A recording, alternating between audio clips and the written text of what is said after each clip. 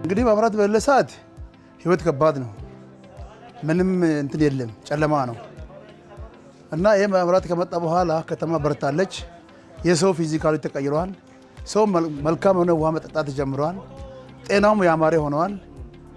ይሄን ላቀረበን መንግስታችን ትልቅ ምስጋና አለኝ በኔ በኩል። መብራት ከገባ በኋላ ስቶፍ ቤት እየተጠቀሙ ነው፣ ፍሪጅ እየተጠቀምን ነው።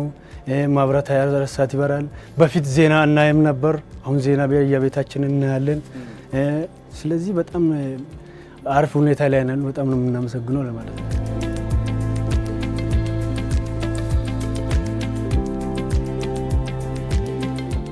ይህ በምስጋና የታጀበው ምስክርነት ቀድሞ የኤሌክትሪክ ኃይል ፈጽሞ ተደራሽ ያልሆነባቸው አካባቢዎች የሚገኙ ነዋሪዎች በያዝነው ዓመት የአገልግሎቱ ተጠቃሚ መሆናቸው የፈጠረው ልዩ ስሜት ነው። በሲዳማ ክልል ሎካ አባያ ወረዳ ሞቃታማዋ የመሬራ ከተማም ሆነ በምዕራብ አርሲ ዞን በቡና አምራችነቷ በምትታወቀው የናንሴቦ ወረዳ የሚኖሩት እነዚህ ባለታሪኮቻችን እነሆ የዓመታት ጥያቄያቸው መልስ አግኝቶ በትውልድ ቀያቸው ከፀሐይ ኃይል ማመንጫ የኤሌክትሪክ ኃይል ተጠቃሚ ሆነዋል። ታዲያ አሁን በእነዚህ አካባቢዎች አይደለም ነዋሪው በከተማው ውስጥ መብራት ይዞት የመጣው መነቃቃትና ደስታ በጉል ይታያል። ጨለማ ነው። ምንም ነገር የሚታይ ነገር የለም። ሰው እንዳይነግድ መስመሩ ተዘግቷል። ምንም መስመር የለውም። የተረሳ መስመር ነው። ግን እግዚአብሔር አስቦልኝ በዚህች ዓመት ይሄ መልካም ነገር በማግኘታችን ደስተኞች ነን። ከተማውን እንቅስቃሴ ተጀምሯል። ከፍተኛ ለውጥ አይተናል። እንዳልኩ አይደለም ንግድ የሰው ፊዚካሊም ተቀይሯል አለ። በአካባቢያችን በጣም እግዚአብሔር ተመሰገነው ምርት አለ፣ በቡና ምርት አለ፣ በማንኛውም ምርት አለ። በንግድም ዓለም በጣም ደስ የሚል አለ።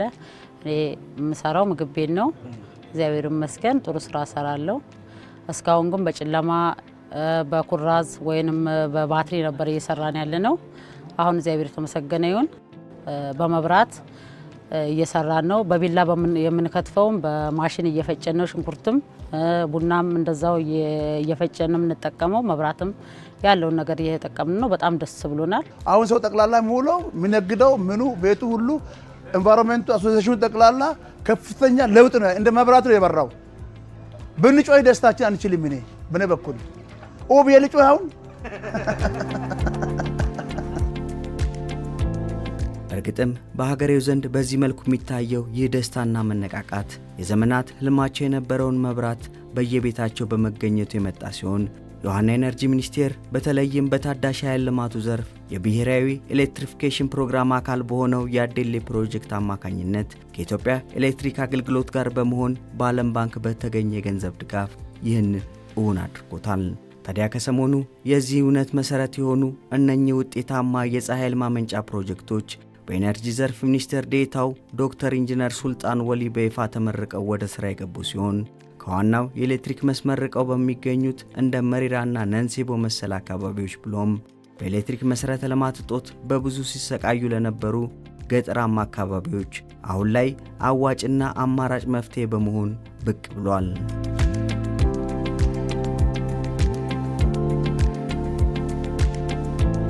ስናስመርቅ የነበሩ ሲዳማና ኦሮሚያ በትንሹ ከሰብስቴሽን ወደ 170 ኪሎ ሜትር ዲስታንስ ላይ ነው፣ ርቀት ላይ ነው። እንግዲህ አስቡ፣ በዛ ሙቀት ያን ሁሉ ቴሬን ወጣ ገባ መሬቱ እንዳለ ነው። ህዝብ አሳፍሮ በጣም የተዋተነ ነው። 170 ኪሎ ሜትር ገመድ ስበህ ሰብስቴሽን ተተክሎ 3-4 ሰብስቴሽን ተክለ ማዳረስ ጊዜ ይፈጃል።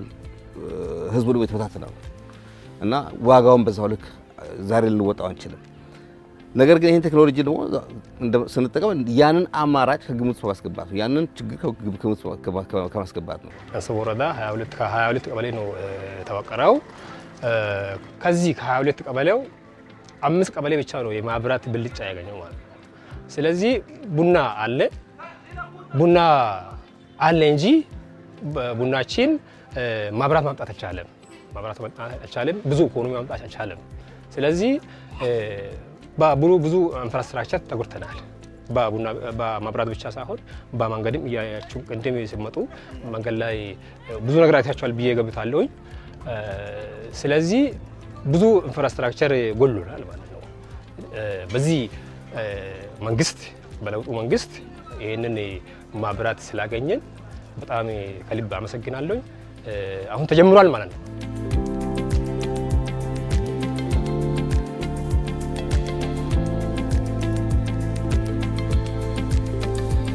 ያው እንዲህ አይነት መንደሮች ላይ ስንመጣ እንደ ማንኛውም ሪሞት ላይ እንዳሉ የሀገራችን ክፍሎች ህብረተሰቡ የንጹህ የውሃ መጠጥ የሚያገኝበት አማራጭ በጣም የጠበበ ነው። ምክንያቱም ፓምፕ የሚያደርግ የኤሌክትሪክ መስመር ባለመኖሩ፣ እንዲሁም ደግሞ የቀዘቀዙ በሙቀት ቦታ ላይ የሚፈለጉ መጠጦች ይኖራሉ። እንደ ውሃ ያሉትን ህብረተሰቡ ማግኘት አይችልም። ለሜዲኬሽንም ጤና ጣቢያ አካባቢ ላይ ያሉ ቅዝቃዜ የሚፈልጉ እቃዎች በትክክል መቀመጥ ስለማይችሉ ህብረተሰቡ ከፍተኛ ጉዳት ላይ ነበረ። ሆቴሎች ያለ መብራት ተስፋ የለው። ሆቴሎች ብቻ ሳይሆን ጸጉር ቤቶች፣ ገራጅ ቤት፣ ብዙ ሞተሮች አሉ፣ መኪኖች አሉ፣ እዚህ ይገባሉ። ቡና ከዚህ ነው የሚጭኑት። ገራጅ ቤት የለም፣ ምክንያቱም መብራት ስለሌለ ነው። ስለዚህ መብራት አለመኖር ብዙ ነገር ጎሎናል ማለት ነው።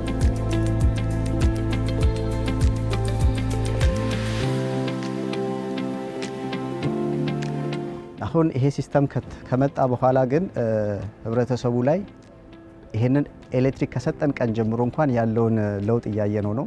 በርከት ያሉ ቤቶች እየዞራችሁ ማየት ትችላላችሁ። ይሄ ኤሌክትሪክ ወደ አገልግሎት ከገባ በኋላ በርካታ ቤቶች እየተሰሩ ነው። በርካታ የአገልግሎት መስጫ ተቋማት እየተከፈቱ ነው። በጤና ጣቢያ ላይና በመንግስት አገልግሎት መስጫ ተቋማት ላይ እጅግ ከፍተኛ የሆነ ተነሳሽነትና ለውጥ እያየንበት ነው እና የዚህ ኤሌክትሪክ ወደ ህብረተሰቡ መምጣት ከነበረበት የጨለማ የምንለው ቆይታ ወደ 24 ሰዓት ብርሃን በማግኘቱ ከፍተኛ የሶሻልና ኢኮኖሚክ ለውጥ ያሳያል ተብሎ ይገመታል። እያሳየም ነው። እነኚህ ኤሪያዎች በጣም ፕሪፌራል ኤሪያዎች ናቸው። የተካው ወደ ጠረፍ አካባቢ ናቸው። ከፍተኛ ሙቀት ያለበት አካባቢ ነው እና ለኑሮም ከባድ ነው።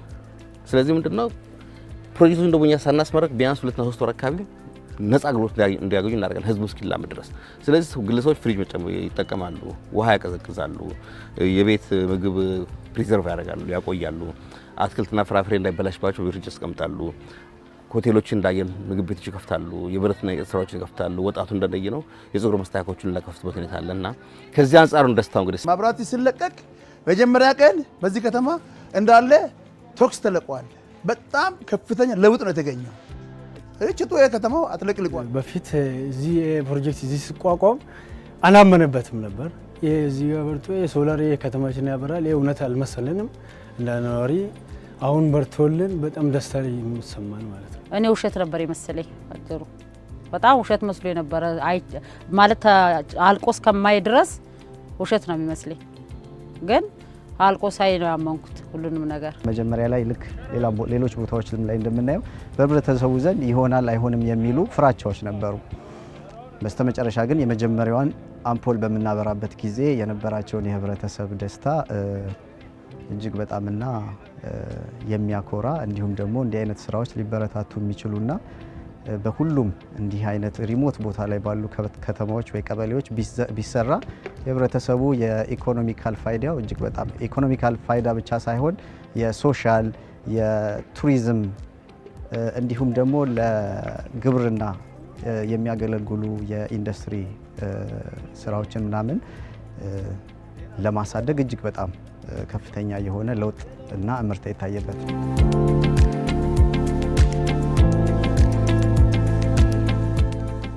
እነኚህ በሚቀጥሉት 20ና ከዚያ ለሚልቁ ዓመታት በርቀታቸው የተነሳ ከዋናው የኤሌክትሪክ መስመር ኃይል ተጠቃሚ ለማድረግ አዳጋች እንደሆኑ የሚነገርላቸው አካባቢዎች የነበሩ ሲሆን ፕሮጀክቱ በዚህ መልኩ የፀሐይ ልማት ወይም እነሱ የሶላር ሚኒ ግሪድ የሚሉትን የዘመነ ቴክኖሎጂ ወደ ተግባር መግባቱን ተከትሎ ግን ዛሬን አይደለም የነገ መብራት ፍላጎታቸውን ሁሉ ታሳቢ ያደረጉ 2 የኃይል ማመንጫ ጣቢያዎች ባለቤት እንዲሆኑ አስችሏቸዋል።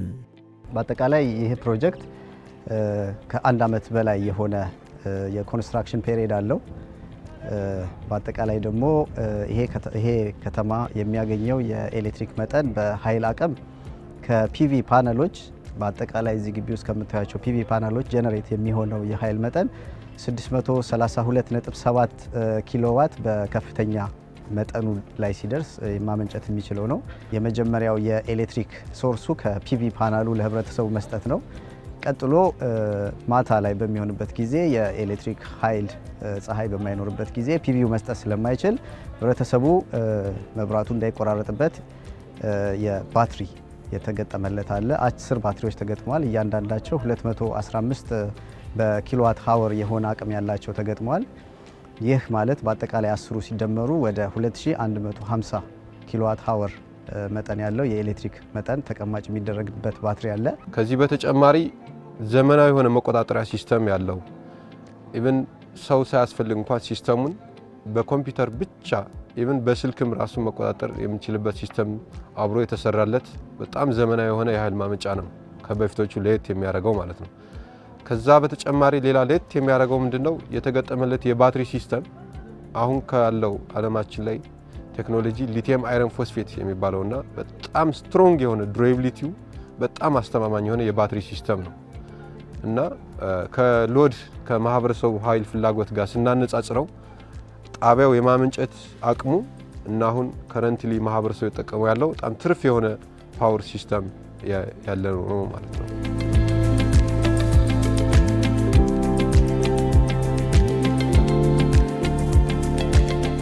ተመልካቾች እነዚህ ከላይ የምትመለከቷቸው እጅግ በጣም ዘመናዊ የሆኑ የሶላር ፓኔሎች እንግዲህ በየጊዜው በአቅምም ደረጃ እየዘመኑ ከፍም እያሉ እንደመጡ ነው የሚነገሩት። በፊት 200 እና ከዛ ያልዘለለ አቅም የነበራቸው እነዚህ ሶላር ፓኔሎች አሁን እስከ 600 ያህል ዋት ማመንጨት የሚችሉ ተደርገው ተሰርተዋል ማለት ነው። በዚህ በመረሬ ከተማ የፀሐይ ታዳሽ ልማት ላይ ተግባራዊ የተደረጉት እነዚህ ሶላር ፓኔሎች እንግዲህ በቁጥር ከ1140 እንደሚልቁ ሰምተናል። እነዚህ ፓኔሎች ደግሞ በአንድም በሌላ መንገድ እጅግ በጣም የዘመነ የኤሌክትሪክ ኃይል ያልተቆራረጠ የኤሌክትሪክ ኃይል ለከተማይቱ የሚያበረክቱ ነው የሚሆኑት ማለት ነው።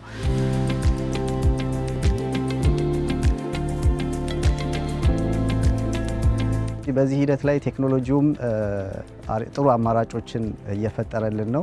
ከዚህ በፊት ከአንድ ሶላር ፓናል ላይ የምናገኘው የነበረውን ኃይል አሁን በማሳደግ አንድ ከተማ በአጠቃላይ የኃይል አቅርቦቱን ከሶላር ብቻ ማግኘት እንዲችል በማሰብ ታቅዶ የተሰራ ስለሆነ ቴክኖሎጂው ዴይ ባይ ዴይ እያደገ ነው። ኢንተርናሽናሊም እነዚህ ሲስተሞች ምንም አይነት የዌዘር ችግር የማያመጡ ፍሬንድሊ የሆነ ኢኮሲስተም የሚፈጥር በመሆኑ የቴክኖሎጂው ማደግ እያየ ነው። በፕሮጀክቶቻችን መካከል ላይ እየተመለከተ ነው ያለው ስለሆነ ከቴክኖሎጂም አንጻር ይሁን ደግሞ ሪላየብል የሆነ ኢነርጂ ሶርስን ከመስጠት አኳያ ተመራጭ የምንለው ነው። ለማንኛውም ማለት ኢኮኖሚ እንቅስቃሴ በገጠሩም በከተማ አካባቢ ትልቁ ግባት የሚሆነው ኢነርጂ ነው።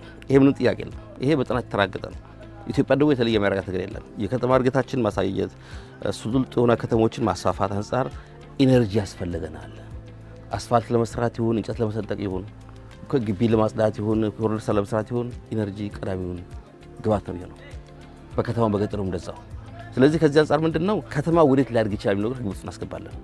ከተማው ምን ያህል ህዝብ ሊኖረው ይችላል ከዛሬ 10 ዓመት በኋላ ብለን እናስባለን። አሁን ለከተማው እየተለቀቀ ያለው ከረንትሊ በዚህ ሰዓት ብናየው ወደ 38 አካባቢ ኪሎዋት ነው። ይሄ እንደምናውቀው ደግሞ ከ350 በላይ ከ360 ከዛም በላይ ነው ካፓሲቲው። ሶ ምን መረዳት እንችላለን? ሜቢ አሁን እኛ ኤክስፔክት የምናደርገው ነገ ወዲያ እየሰፋ ስለሆነ የሚመጣው ከተማው ኤሌክትሪክ ሲቲ ባለበት ሁሉ ሲቪላይዜሽን ይኖራል፣ አርባናይዜሽን የተስፋፋ ይመጣል። ሶ ያን የወደፊቱን የሎድ የማህበረሰብ ተጨማሪነት አንግል ውስጥ ስለገባ በጣም አስተማማኝ የሆነ እንትን አለው ማለት ነው። መሬራ መንደር ላይ በአጠቃላይ 5 ትራንስፎርመሮች አሉ በዝቅተኛ መስመር አካባቢ ላይ። እዚህ መንደር ላይ የተሰራው ስራ እጅግ በጣም የወደፊቱን ታሳቢ የተደረገ ነው። አሁን ላይ ይህ ፕላንት ጀነሬት ከሚያደርገው ውስጥ 8% ብቻ ነው ህብረተሰቡ እየተጠቀመ ያለው። ያ ማለት ምንድነው? ዲዛይኑ ሲሰራ ወደፊት ህብረተሰቡ የዚህን ውጤት እያየ የተለያዩ ወፍጮዎችን የእንጨት መሰንጠቂያ ማሽነሪዎችን በሚያስገባበት ጊዜ ፓወሩ እንዳያንሰው ተደርጎ ታስቦ ታቅዶ የተሰራ ነውና ሁሉም እዚህ ውስጥ የምታያቸው እቃዎች በሙሉ ከውጪ በፎሬን ከረንሲ የገቡ እቃዎች ናቸው። እነኚህ ቴክኖሎጂ በቀላል ዋጋ ይመጣሉ። እንደምታየው ነው። አንድም እዚህ ያለ ግብአት አገር ውስጥ አይመረትም፣ ከውጭ ነው የመጣው። በሀርድ ከረንሲ ነው። የኛ ኢኮኖሚ አሁን በጣም ቡም እያደረገ ነው። ከፍተኛ የሆነ ኤክስቼንጅ ሬት፣ ከፍተኛ የሆነ ሀርድ ከረንሲ የሚፈልግበት ወቅት ነው ከምን ጊዜውም በላይ። ስለዚህ በኢኮኖሚያችን ላይ ጫና የውጭ ምንዛሬችን ላይ ጫና ሊኖረው ስለሚችል ከብልሽት መከላከል ነው። ቢያንስ ለ20 ዓመት ነው የተቀደላቸው። ግን ይሄን ማጠር፣ መጠበቅ፣ መንከባከብ የሁላችንም የሁሉም ዜጋ ድርሻ ሊሆን ይገባል።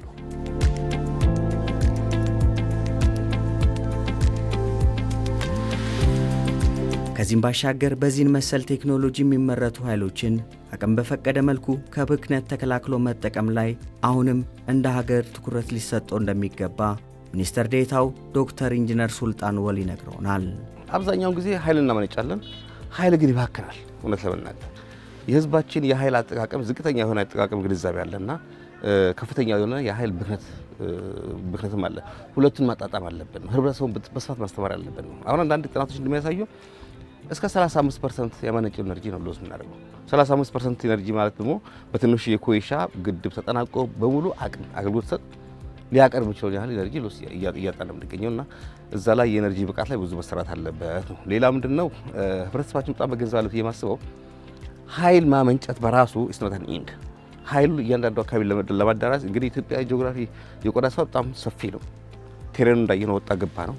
ህዝባችን የተበታተነ ነው። የትራንስሚሽን ላይኖች ያስፈልጋሉ፣ ሰብስቴሽኖች ያስፈልጋሉ፣ ዲስትሪቢዩሽኖች መስመሮች ያስፈልጋሉ። ከዚህ ቀደም ያረጁና የፈጁ መስመሮች ናቸው። እነኛ ሁሉ መቀየር አለባቸው። ስለዚህ ያ እስኪሆን ደግሞ ረዘም ያለ ጊዜ ይፈጃል፣ በርካታ ወጪ ይጠይቃል። ስለዚህ ህዝብ ይህንን ተገንዝቦ ከመንግስት ጎን መቆም ያለበት ነው።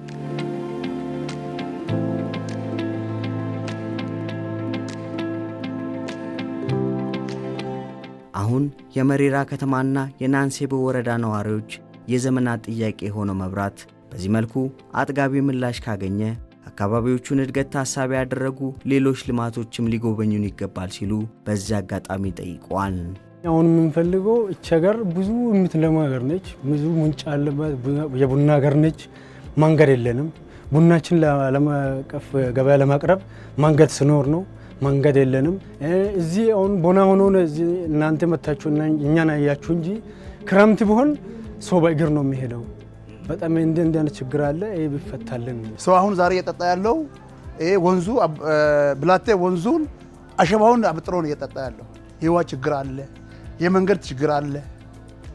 አሁን እንግዲህ መንገዱ ያያችሁት ነው መጣችሁት። ከፍተኛ ችግር ነው ያለው የመንገድ ችግር። መንገዱ በጥሩ ፒስታ እንኳን የለም። ማብራት እንደመጣ ውሃ ቢመጣ የተሻለ ህይወት ሊኖር ይችላል ሰው